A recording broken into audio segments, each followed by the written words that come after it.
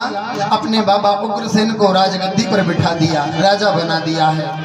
आज मैया देवकी ने सुंदर अपने हाथों से प्रसाद बनाया और वो भोजन की थार कृष्ण के सामने रख दी। जैसे कृष्ण उस थार को देखते तो तुरंत उन्हें मैया यशोदा और उन गोपी वालों की याद आती।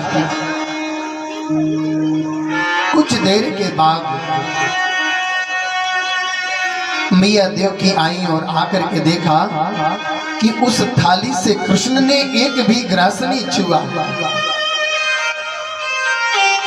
देवकी जी वसुदेव जी के पास गई, कहने लगी, वसुदेव जी आप तो जाकर के पूछो कृष्ण से कि जिस दिन से वृंदावन से मथुरा आया उस दिन से ना तो किसी से बोल रहा है, ना खाना पीना कुछ नहीं, एकदम शांत है। के मथुरा अच्छी नहीं लगती? वसुदेव जी कहने लगे, देवकी जन्म के बाद आज इतने वर्षों के बाद मेरा मिलन हुआ। 11 वर्ष 56 दिन के कृष्ण वृंदावन से मथुरा आए हैं। जब इनका जन्म हुआ तो मैं मथुरा से नंद बाबा के यहाँ गोकुल छोड़ने गया था। उस दिन से आज इतना बड़ा लाला हो गया, तब दर्शन हुआ। मैं क्या जानूं कि किस स्वभाव का है, क्या कहूं मैं। वसुदेव और देवकी की बात चल रही थी। उसी समय उद्धव जी का आना हुआ और जैसे उद्धव आए वसुदेव जी कहने लगे, उद्धव तुम अच्छे आए, जाकर के एक बार कृष्ण से तो पूछो कि मथुरा अच्छी नहीं लगती? किसी से कुछ बोलता नहीं, भोजन नहीं करता, इसका कारण क्या है? उद्धव जी गए और जाकर के कहने लगे, कृष्ण मैंने सुना है कि जिस दिन से तुम इस मथुरा में आए हो उस दिन से तुम किसी से कोई बात नहीं करते, भोजन का भी त्याग कर दिया, इसका कारण क्या है? कृष्ण कहने लगे, उद्धव तुम अच्छे आए हो, ठीक ही आना हुआ, एक काम तो कर दो। उद्धव जब जब मुझे मैया यशोदा गोपी ग्वाल उन सबकी याद आती है ना, तो ये मथुरा का वैभव मुझे फीका लगता है। अरे उद्धव कहाँ हो मैया यशोदा का प्रेम? जब मेरी मैया मुझे रात में सुलाती तो सुलाने से पहले मेरे सिरहाने में मेरी मैया एक कटोरी में माखन रख देती। रात में मेरा लाला जगेगा, भूख लगेगी, ये खा लेगा। जब उस सुख की याद आती है तो उद्धव ये मथुरा का वैभव मुझे फीका लगता है। उद्धव मोहि ब्रज बिसेरतना,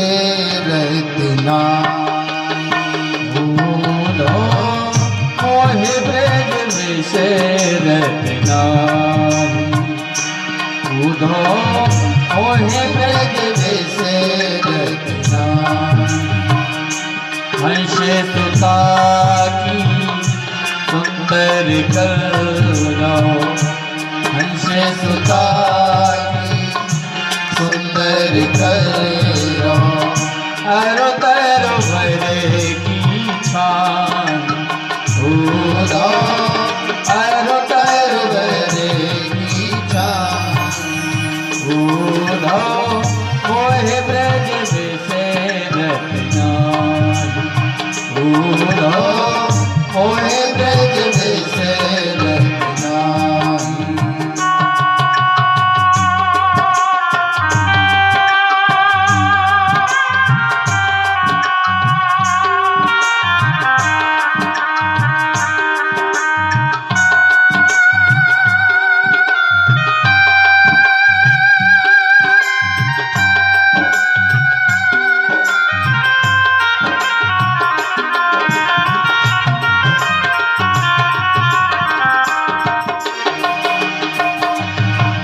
बेसुर भीमे पक्ष दोहिनी, बेसुर भीमे पक्ष दोहिनी, हिरक रुदावन जान,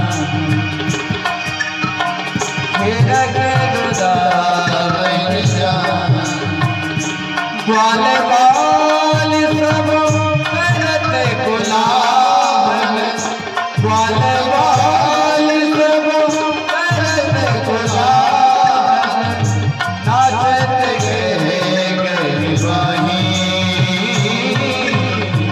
मोहे ब्रज से रचना मोहे ब्रज से रचना।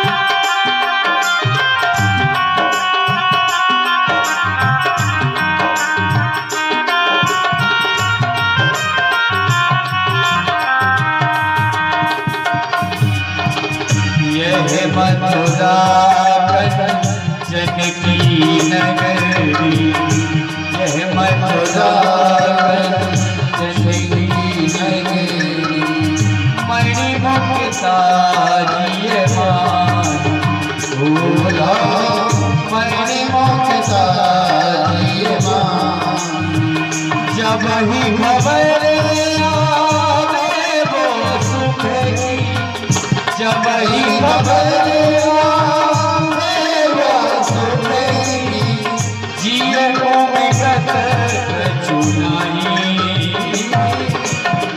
मोहे ब्रज से रचना भूलो मोहे ब्रज से रचना भूलो मोहे ब्रज मोहे ब्रज मोहे ब्रज से हे उद्धव, मुझे रह रह करके उस ब्रज की याद आ रही है। मैया गोपी बाल। अरे उद्धव, गच्छोद्धव ब्रजम सौम्य पित्रोर्नि प्रीतिमावह गोपीनां मदयोगाधिं मत संदेशैर्विमोचय। हे उद्धव, तुम अच्छे आए, एक काम कर दो मेरा। जिस समय वृंदावन से अक्रूर जी के साथ में मथुरा आ रहा था ना, तो उद्धव मथुरा आते समय मैंने मैया और गोपियों से वचन दिया था कि मैया तुम चिंता मत करो, मैं परसों लौट करके आ जाऊंगा। और आज उद्धव मुझे वर्षों बीत गए, मैं लौट करके गया नहीं। तुम एक काम कर दो, मेरा संदेशा लेकर के गोपियों के पास चले जाओ। आज जब उद्धव से जाने की बात कही, उद्धव सोचने लगे कि मुझ उद्धव की बातों गोपियां क्या समझेंगी। बार बार कृष्ण कहते हैं उद्धव, एक बार तुम जाकर के तो देखो भला। बार बार कहने पर आज उद्धव तैयार हुए। उद्धव जी गए। जैसे ही वृंदावन की सीमा प्रारंभ हुई, कोई ब्रजवासी मिला। उद्धव ने पूछा, अरे भैया तू नंद भवन का मार्ग बताएगा रास्ता? उस ब्रजवासी ने कहा, महाराज आपको नंद भवन जाना है? बोले हाँ। बोले आप इस नाले के किनारे किनारे चले जाइए। बोले क्यों? बोले ये नाला नंद भवन से होकर ही निकलता है। जिस दिन से कृष्ण मैया यशोदा गोपी ग्वाल उन गैयों को छोड़ करके गए, वो कृष्ण के वियोग में उन सबके आंखों से निकलने वाली आंसुओं की धार नाले के रूप में परिणत होकर के बहने लगी। ये नाला बन गया। ये हाल उन ब्रजवासियों का। उद्धव जी धीरे धीरे नाले के किनारे किनारे जाकर के नंद भवन के द्वार पर पहुंचे। आवाज लगाई, जय श्री कृष्णा। नंद भवन की एक एक दीवार से आवाज आ रही है, जय श्री राधे। आंगन में बैठी हुई मैया कह रही है, अरे भैया नेक धीरे बोल, मेरा लाला पालने में सोया कहीं जाग ना जाए। जब ये बात उद्धव ने सुनी, उद्धव असमंजस में पड़ गई कि मैं तो मैया के लाला को मथुरा छोड़ कर आ रहा हूँ और मैया कह रही है मेरा लाला पालने में सोया है। आज भी मैया को ये लग रहा है कि मेरा लाला पालने में सोया है। मैया अपनी सुध बुध भूली हुई। उद्धव जी गए, नंद बाबा और मैया यशोदा को प्रणाम किया। रात्रि विश्राम हुआ है। जैसे ही प्रातः काल हुआ, उद्धव ने स्नान किया। स्नान करने के बाद नंद बाबा से कहने लगे, बाबा मुझे गोपियों के पास जाना है, आप मार्ग बताएंगे? नंद बाबा ने गोपियों के पास जाने का रास्ता बताया है। उद्धव जी गए। आज समस्त गोपियां एक वृक्ष के नीचे छांव में बैठ करके आपस में वार्ता कर रही हैं। बीच में किशोरी राधा जी और चारों तरफ से गोपियां बैठी हैं। किशोरी राधा जी एक एक गोपी से उनके स्वप्न की बात पूछ रही है। अरे गोपी, आज तूने स्वप्न में क्या देखा, तू तो बता। एक एक करके गोपियां बता रही हैं। जब समस्त गोपियों के स्वप्न पूर्ण हुए तो गोपियां मिलकर के किशोरी राधा जी से कहने लगी हैं, किशोरी जी आपने हमारे स्वप्न की बात तो पूछ ली, आप भी तो बताएं, आपको भी कभी स्वप्न आता है, आपने स्वप्न में क्या देखा? जब गोपियों ने किशोरी राधा जी से पूछा तो राधा जी कहने लगी, गोपियों आज तुम मुझसे मेरे स्वप्न की बात पूछ रही हो। स्वप्ने पश्यन्ति या कांतम धन्यस्ता सखियोषिता अस्माकं तु गते कांते गता निद्रा पिबैरिणी। किशोरी जी कहती है, गोपियों स्वप्ने पश्यन्ति या कांता, जिस दिन से हमारे प्राण वल्लभ श्याम सुंदर हमें छोड़ करके गए, खाली वो ही नहीं गए, गता निद्रा भी बैरिणी, वो हमारी बैरिन नींद को भी चुरा करके ले गए। और जब नींद नहीं तो स्वप्न कहाँ होगा? ये हाल उन गोपियों का है। जिस दिन से कृष्ण उन गोपियों को छोड़ करके गए, उन गोपियों को नींद भी नहीं। रात दिन बस एक ही आस है कि आज आ रहे हैं। उद्धव जी खड़े खड़े ये सब बात सुन रहे थे। उसी समय एक भौरा आया और आकर के किशोरी जी के चरणों में अपने मुंह को मारा। किशोरी जी कहने लगी, अरे भौरे, मैं जानती हूँ कि तू भी उसी काले का भेजा होगा, कोई दूत होगा, अब हमें कष्ट पहुंचाने क्यों आते हो तुम? उद्धव सुनते सुनते गोपियों से कहने लगे, री गोपियों, इस मन को व्यर्थ में भ्रमित मत करो, ब्रह्म का चिंतन करो, मन को ब्रह्म में लगाओ। गोपियां कहने लगी, उद्धव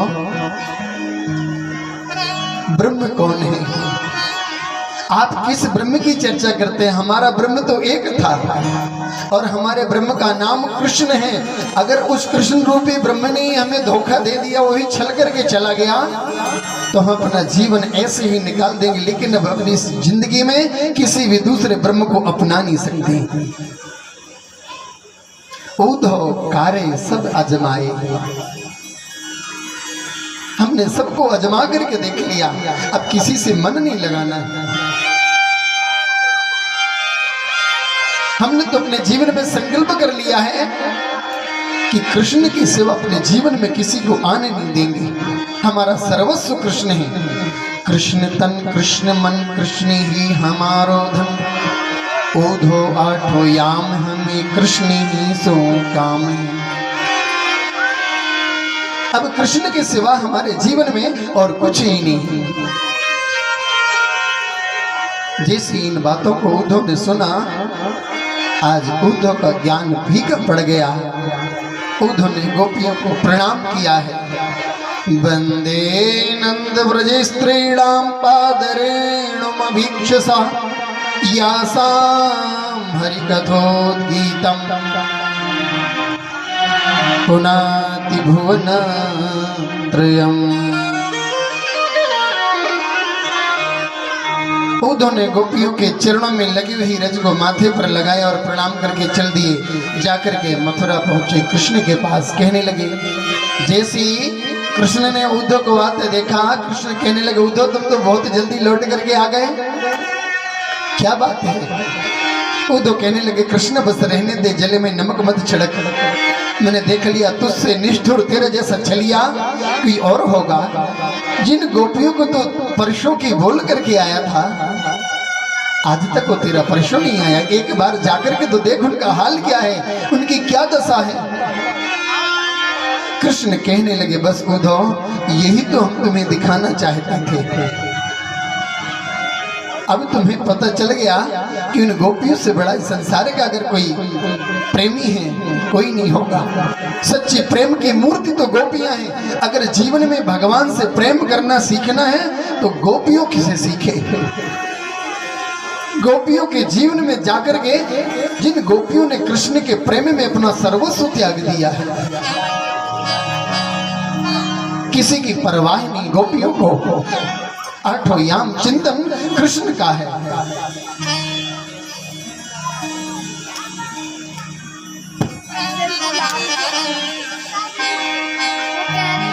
महाराज कंस मारे गए, और जब कंस महाराज मारे गए, कंस की दो पत्नियां थी, अस्ति और प्राप्ति, दोनों रोने लगी।